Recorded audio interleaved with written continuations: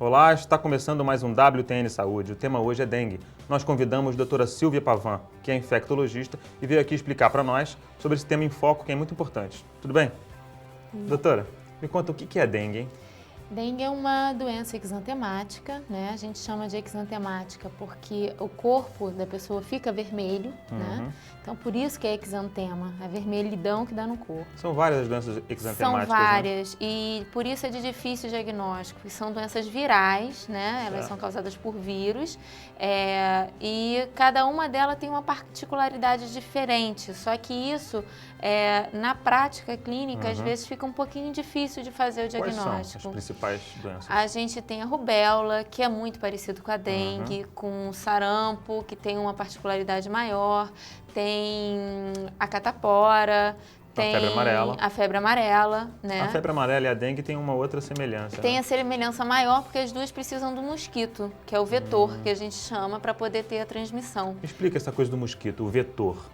Todo mundo sabe que o mosquito tem a ver com dengue, tem a ver com febre amarela, mas ninguém sabe onde é que está a culpa do mosquito nessa história. Na verdade, o mosquito, ele nasce saudável, sem doença nenhuma. Certo. Então, e o mosquito, o Aedes aegypti, que é o que a gente tem no Rio de Janeiro, ele transmite tanto a dengue quanto a febre amarela. Então, essa foi toda a preocupação no início e que é até hoje, porque a febre amarela poderia virar uma epidemia, né? Por conta Como a dengue disso. É uma epidemia. Exatamente, porque se vem uma pessoa com febre amarela para o Rio de Janeiro, é mordida pelo mosquito, o mosquito morde outra e tal, a gente acaba virando uma epidemia. Quer dizer, nós, na verdade, somos o quê? Os hospedeiros. Nós somos os hospedeiros, Nós, os exatamente. macacos. Exatamente, Né? exatamente. Quer dizer, nós temos o vírus circulando no nosso sangue quando a gente está doente. E o mosquito saudável vem, pica a gente, suga um pouco do nosso sangue, e aí vai acabar picando uma outra pessoa saudável e transmitindo essa doença. Exatamente. Não existe a transmissão homem a homem. Precisa do mosquito. Isso que a gente chama de vetor.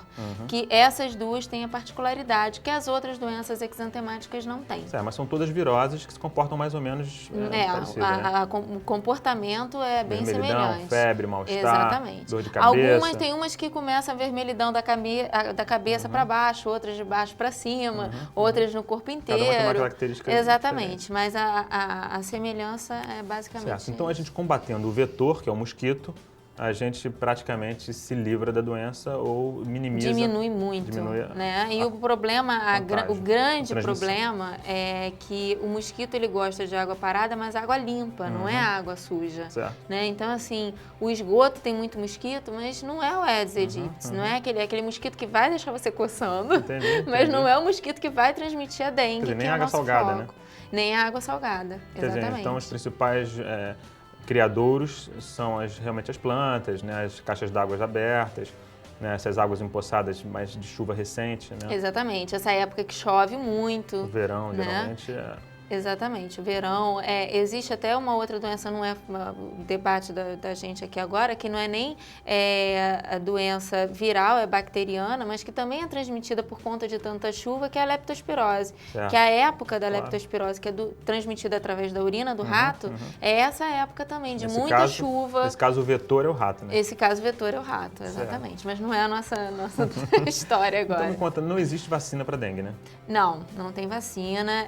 Doença viral é difícil, né? Você ter vacina, você conseguir tratamento, a maioria mutação, não tem. Né? Cada verão é um vírus Exatamente. diferente. A gente sabe que essa história de se eu tive uma dengue hoje, a próxima pode ser hemorrágica, a gente sabe que não tem relação uma com a outra. A gente hoje em dia tem 4 tipos de vírus para dengue, né?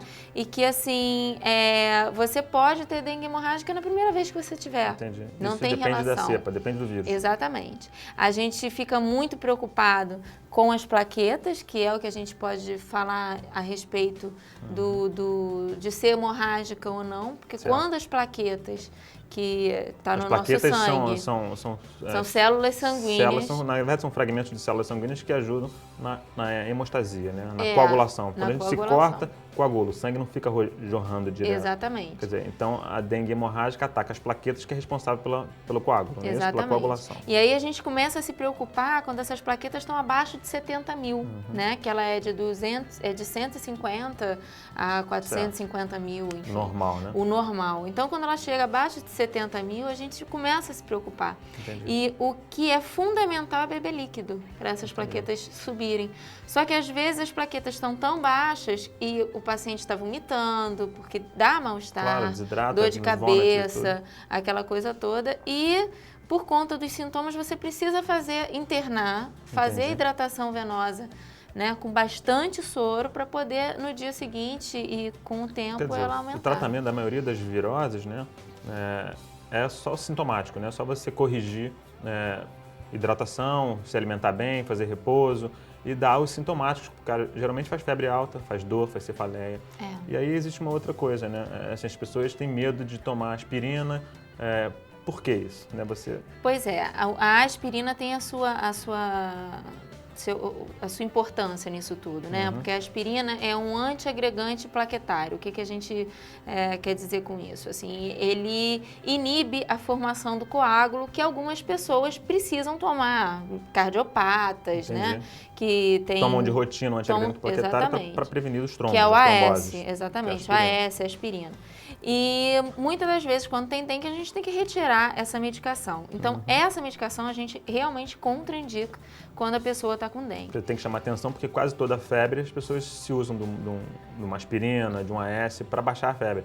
E se a febre for pelo motivo da dengue, não convém. Não Por convém. isso que existe tanto alarme em relação à aspirina. Aí a gente pode usar o paracetamol, a gente pode usar a dipirona. Que é o Tilenol e a Novalgina, né? Exatamente. Novalgina não tem problema com relação à dengue, tá? Isso daí alguém inventou, espalhou e todo mundo acreditou, mas Certo. não é assim que funciona. É porque um percentual mínimo, né, de um efeito colateral da aspirina ataca a medula, né? Quer dizer, poderia fazer. Mas se a gente Mas isso for poderia ver... fazer com dengue ou sem dengue, né? Exatamente. E se a gente for ver também, o Tilenol, que é o paracetamol, vamos dizer assim, não citando o nome genérico, a gente sabe que é mais hepatotóxico, né? Faz mais mal para o fígado, né?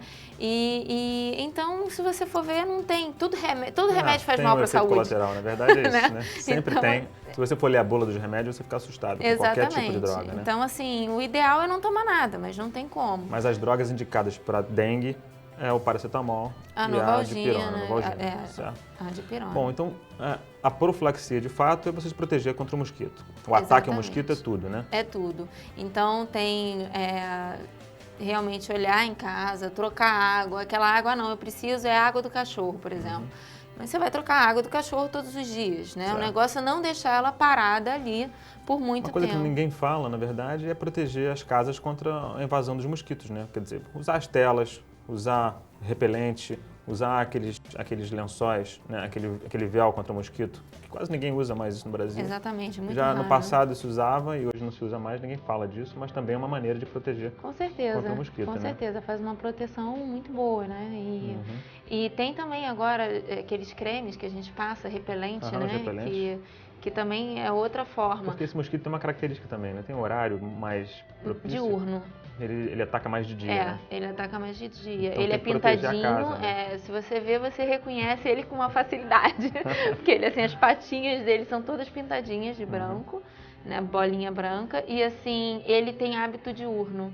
E ele pode alcançar distâncias de até mais de 500 metros, quer dizer, ele voa bastante, né? Então, temos que atacar os mosquitos. Exatamente. O que a gente fala da água parada e não comenta muito da tela, talvez porque o método da tela você se protege contra o mosquito, mas o mosquito continua existindo e até se proliferando. Então tem que ser as duas atitudes juntas, né? Exatamente, para você evitar de ter doença e evitar também das outras pessoas. Agora, outra coisa importante no sintoma que a gente vê muito em emergência, porque como está muito em foco, as pessoas... Toda febre acha que pode ser dengue, mas assim, dengue não cursa com quadro respiratório, né? Dengue não tem tosse, não tem nariz entupido, escorrendo, entendeu? Tem a dor de cabeça. De outras viroses, né? Exatamente. Entendi. Então, as pessoas às vezes ficam apavoradas, pode ser dengue. Entendi. Nem sempre, né? Bom, o recado está dado. Doutora Silvia, obrigado pela presença. Obrigada a você. Até uma próxima. Até a próxima. O WTN Saúde vai ficando por aqui. Até a próxima.